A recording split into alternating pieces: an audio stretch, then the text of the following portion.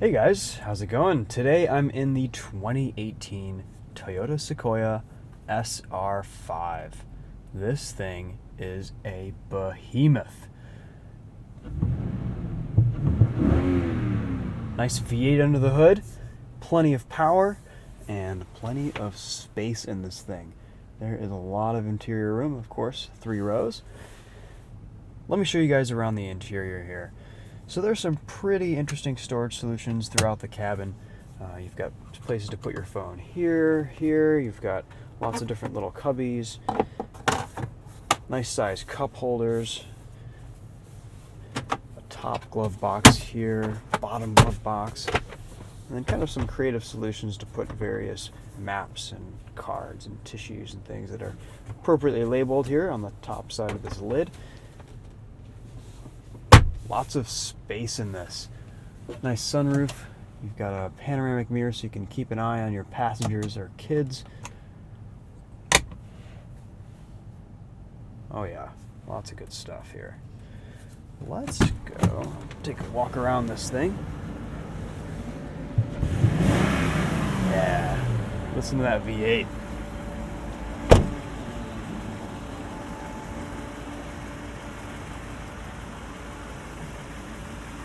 Cool looking DRLs. This thing really fills up a parking space. It is massive. I woke up this morning to a perfect cobweb on the front bumper. Take a look at that. I'm not sure if you can see that on video, but I apologize to the Spider for going 70 miles an hour. He was definitely in for a wild ride. I like this color. This SUV hasn't really changed much in recent years. They've stuck with their formula. Let's take a look in the trunk. No power assisted tailgate, but it's nice and easy to lift. I wish that it came up just a little bit higher.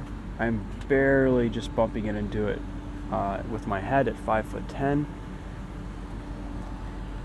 Got some neat storage under here, of course. And you can lift and lower the rear seats by pressing these buttons. Let's put those up just for the sake of the review here. There we go.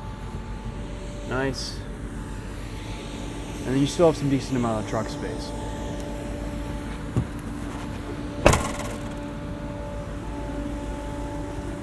Check out these back seats. A lot of room back here. Really easy to move these seats forward, and I have access to the back. You can also fold these rear seats down from here. There's some more buttons, which is nice and convenient. Stepping back here into the 3rd row. Pretty decent amount of room. I'm 5'10" and fit relatively comfortably back here for shorter trips. Probably more designed for kids, but in a pinch, you could definitely sit back here and be comfortable as an adult.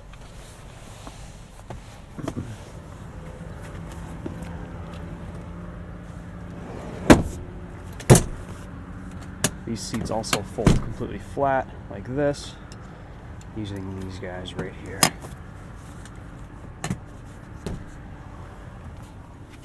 So on the inside, you've got some cup holders down here, rear climate controls, a nice little armrest,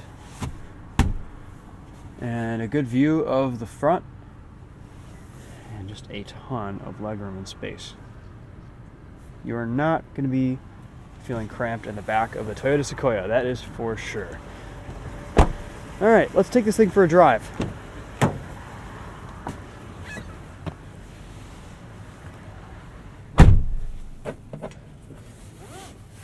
So right off the bat, you've got heated seats, rear temperature controls, locking center differential, tow haul mode, which makes the throttle and everything a little bit more aggressive.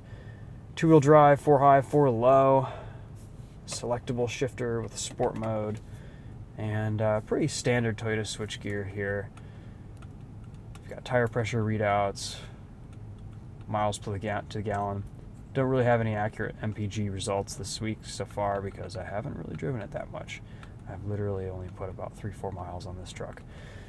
So Starting off, you got a nice little reverse camera, good visibility in parking lots, and actually pretty decent turning radius for the size of this thing.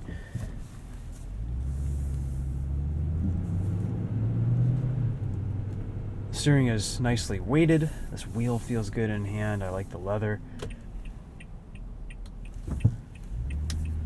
Throttle is nice and smooth, and this V8 has kind of a smooth character to it that's very satisfying, and sounds good under the hood as well.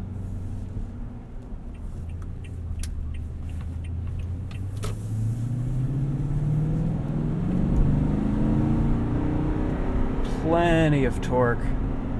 Get up to speed here effortlessly, just kind of wafts on a wave of V8 noise. Oh yeah. Let's flip it over here into sport mode, get a little bit of a downshift, and we'll have some fun on this entrance ramp. Oh yeah. Nice quick shifts. You're not going to have any power problems with this Sequoia. Complaints towing? Probably not.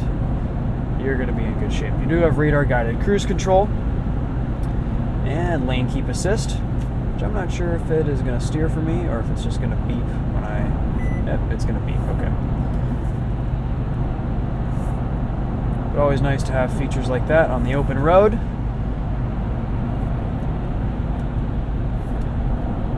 Pretty quiet, pretty comfortable. Can't detect any wind noise, really. And you've got Toyota's fantastic cruise control system. It's just like the very intuitive knob. Always a big fan of that. Alright, let's see how it takes a corner here. I think it's going to be about what I expect. It's going to feel like an SUV, but a little bit of body roll, but holding 50 miles an hour without a sweat. There, we got a little tire squeal. Brakes are nice and firm. Pedal feels good. No complaints there. You definitely feel the weight of this beast through the brake pedal. It is not. It's not as lightweight and effortless as you would like, but definitely there's enough brake for this vehicle. It's not a problem. Nice visibility overall. You'll be able to see above pretty much everything in this, which is always appreciated. Transmission's really smooth, really nice between the gears. No complaints there with power delivery and shifting. This drivetrain's pretty bulletproof as well. Let's do a quick horn test. Yeah, nice and angry.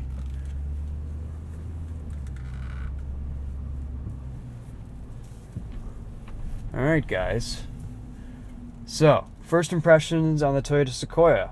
Pretty much what I expected. Ride's nice, tons of space, good for the family, good for towing, good for road trips with that radar guided cruise control, and just the only thing it might not be so good for is fuel economy. But you can't have it all in this world. That's okay. Let me know if you have any questions in the comments. We'll be putting out some more videos this week. Thanks again for watching.